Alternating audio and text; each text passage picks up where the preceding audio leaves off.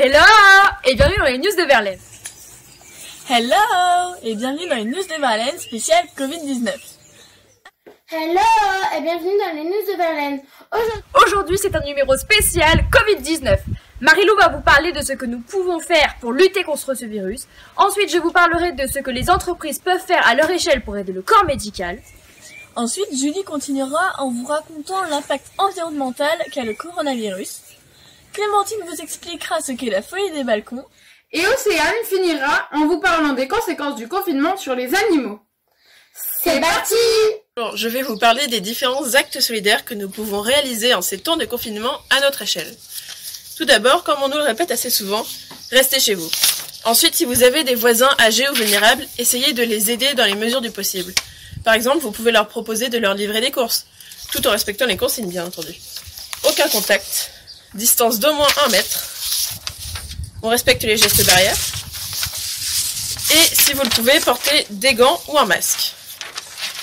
Vous pouvez aussi prendre des nouvelles de vos proches très régulièrement, et par exemple pour les personnes âgées ou dans les maisons de retraite ou dans les EHPAD, vous pouvez leur envoyer un dessin ou un petit mot. Pour ma part, c'était dans l'EHPAD de Potigny, dont vous pouvez trouver les coordonnées assez facilement sur internet. Les possibilités sont multiples, mais si je les citais toutes, cet article serait bien trop long. Alors laissez parler votre créativité et à bientôt. Les entreprises peuvent faire plusieurs actions afin d'aider le corps médical ou encore les hôpitaux.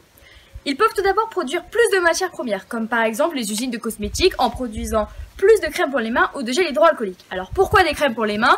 Parce que tout simplement les soignants, les médecins se lavent énormément les mains et ont les mains très sèches, ce qui va pouvoir peut-être les aider. Ensuite, ils peuvent faire des dons pour renouveler le matériel médical. Et enfin, ils peuvent créer ou innover des choses, comme par exemple l'Institut L'aumônier qui a créé des visières pour aider les médecins et les soignants. Le Covid-19 a de nombreuses conséquences dans le monde. Nous allons vous parler des conséquences environnementales. La première conséquence consiste à la chute de la concentration du dioxyde d'azote, qui se traduit par une réduction de la pollution de l'air. Et oui, la qualité de l'air est meilleure. La deuxième conséquence concerne les animaux et c'est Océane qui va vous en parler. Quelles sont les conséquences du coronavirus sur la faune? Certains propriétaires d'animaux ont peur que le ou les leurs attrapent le virus.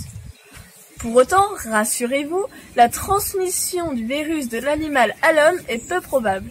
Gardez quand même quelques consignes de sécurité et règles d'hygiène au cas où. Pourtant, en Haute-Savoie, des propriétaires ont tenté de désinfecter leurs animaux avec soit du gel hydroalcoolique ou de la javel, ce qui a provoqué des blessures instantanées ou des intoxications. Ne lavez pas vos animaux avec des produits qui ne sont pas adaptés. Vous pouvez tout simplement utiliser de l'eau et du savon. Pourtant, c'est tous les animaux de la planète qui sont touchés par le coronavirus, et plus précisément par le confinement. En effet, dans les zoos, c'était les entrées des visiteurs qui permettaient d'aider à payer les soins et la nourriture des pensionnaires, mais puisqu'il n'y a plus personne, cela devient un petit peu compliqué. Comme pour les zoos, ce sont les singes, surtout des hordes de singes entières, qui ont envahi la ville de Lopburi, en Thaïlande, car il manque de nourriture. En effet, avant c'était les touristes qui les nourrissaient. Mais le confinement a aussi quelques bonnes nouvelles pour la faune. En effet, la nature reprend ses droits.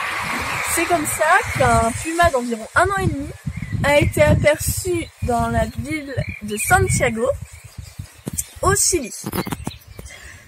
Comme pour le puma, ce sont des sangliers qui se sont promenés dans la ville de Barcelone.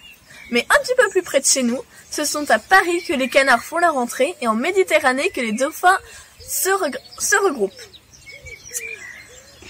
Dans les zones un peu plus rurales, ce sont les animaux de montagne qui s'invitent. Le confinement a mis fin avec un petit peu d'avance à la chasse en France.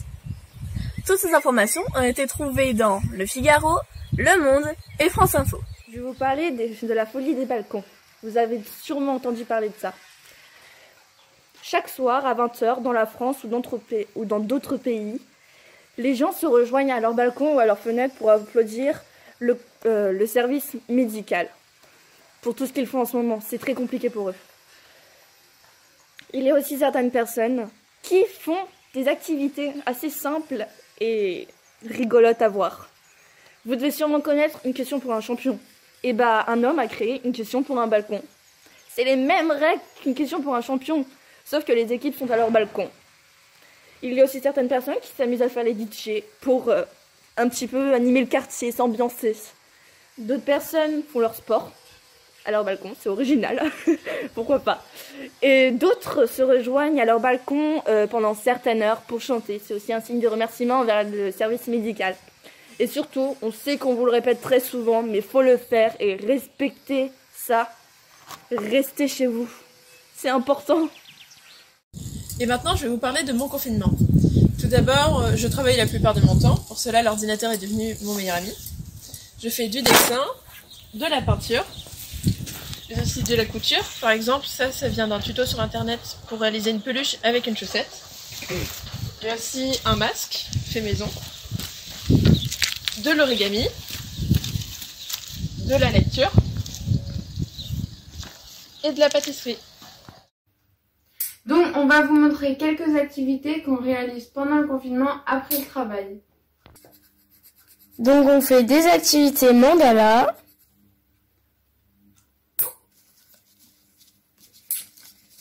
On fait des origamis.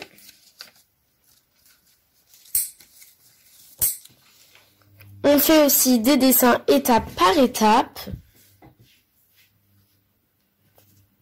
Maintenant, il ne vous reste plus qu'à profiter de toutes ces activités pour que le temps paraisse un peu moins long. À bientôt dans les news de Verlaine.